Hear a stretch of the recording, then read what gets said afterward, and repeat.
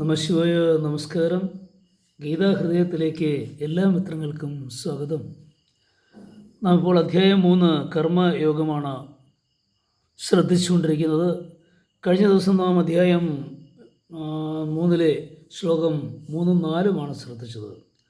അതിൽ ഭഗവാൻ പറഞ്ഞു നിർത്തിയത് സന്യാസി വേഷമണിഞ്ഞ് കേവലം സന്യാസിയെ പോലെ നടന്നുകൊണ്ടോ ഒന്നും ജ്ഞാനസിദ്ധി ലഭിക്കുന്നില്ല എന്ന അർജുനോട് പറയുകയായിരുന്നു.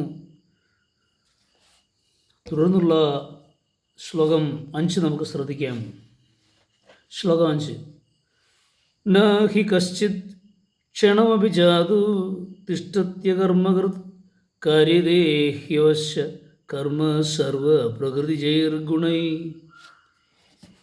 ഈ ശ്ലോകത്തിൻ്റെ അർത്ഥം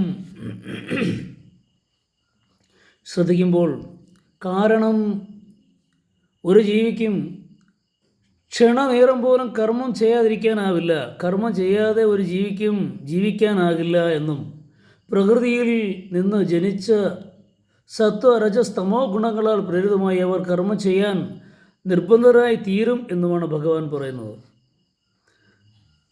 ഒരു കർമ്മം ചെയ്യാതെ ഒരു മനുഷ്യന് ജീവിക്കാൻ കഴിയില്ല. എന്തെങ്കിലും കർമ്മം അവൻ ചെയ്തുകൊണ്ടേയിരിക്കും. പ്രാണികളുടെ സഹജമായ പ്രകൃതി ധർമ്മത്തെക്കുറിച്ചാണ് ഇവിടെ പറയുന്നത്.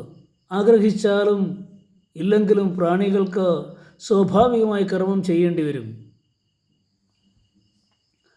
എന്തു ചെയ്താലും ഈ കർമ്മം ഇല്ലാതാക്കാനാകില്ല. ഒരാൾ മിണ്ടാതെ ഒരിടത്തിരുന്നു എന്ന് കരുതുക, ബാഹ്യമായി ഒന്നും ചെയ്യുന്നില്ലെന്ന് നമുക്ക് തോന്നാം. എന്നാൽ ദൂരെ നിന്ന് പോലുമുള്ള ശബ്ദം ആയാസമില്ലാതെ അയാൾക്ക് കേൾക്കാൻ കഴിയുന്നു, സുഗന്ധം അനുഭവിക്കുന്നു. കണ്ണ് തുറന്നാണെങ്കിൽ കാഴ്ചകൾ കാണുന്നു.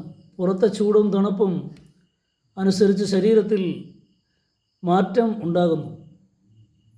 മലമൂത്ര വിസർജനം, നിദ്ര, സ്വപ്നം, ശ്വാസോച്ഛ്വാസം, ഹൃദയസ്പന്ദനം, അങ്ങനെ ആയിരം കാര്യങ്ങൾ എല്ലാവരും ചെയ്തുകൊണ്ടേയിരിക്കുന്നു.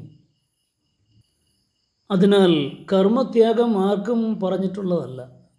പ്രകൃതി തന്നെ നമ്മിൽ നിറച്ചിട്ടുള്ള സത്വം, രജസ്, തമസ് എന്നിവ ക്രമത്തിൽ സമത, പ്രവൃത്തി, ആലസ്യം എന്നിവ ഉണ്ടാക്കുന്നു. സാഖ്യദർശനത്തിൽ കപിലാചാര്യൻ്റെ കാഴ്ചപ്പാടാണ് ഇവിടെ വിശദീകരിച്ചത്. വേദങ്ങളിലും ത്രിയ ബദ്ധോ വൃഷഭോ രോരവീതി ഋഗ്വേദത്തിലാണ് ഈ പറഞ്ഞത്. സത്വ രജസ്തമോ ഗുണങ്ങളാൽ പ്രാണികൾ ബന്ധിതരായെന്ന് പറയുന്നത് കാണാം. ഋഗ്വേദത്തിൽ 3 ബന്ധങ്ങളെയും പൊട്ടിച്ചു കളയുന്നവർ സ്വാതന്ത്ര്യം ലഭിക്കുന്നു. അത്തരക്കാരിൽ കർമ്മം പുരളുകയുമില്ല. ആന്തരികമായ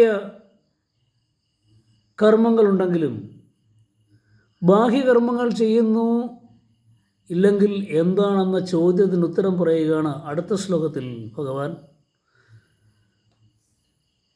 കർമ്മങ്ങൾ ചെയ്യാതെ ഒരു മനുഷ്യന്, ഒരു പ്രാണിക്ക് ഒരിക്കലും ജീവിക്കുവാൻ കഴിയുകയില്ല, ഭൂമിയിൽ വർദ്ധിക്കുവാൻ ഇല്ലെന്നാണ് ഭഗവാൻ പറഞ്ഞു വച്ചത്. ഇതിൻ്റെ തുടർച്ചയായി അടുത്ത ശ്ലോകം അടുത്ത ദിവസം നമുക്ക് ശ്രദ്ധിക്കാം. ഈ ശ്ലോകത്തിൻ്റെ അർത്ഥം മനസ്സിലായി കാണുമെന്ന് വിശ്വസിക്കുന്നു. ഗുരുപാദാരവിന്ദങ്ങളിൽ സമർപ്പിക്കുന്നു. ഏവർക്കും നല്ലൊരു ദിവസം ആശംസിക്കുന്നു. അടുത്ത ശ്ലോകം നമുക്ക് അടുത്ത ദിവസം ശ്രദ്ധിക്കാം. നമഃശിവായ. നമസ്കാരം. ശുഭ സുദിനം.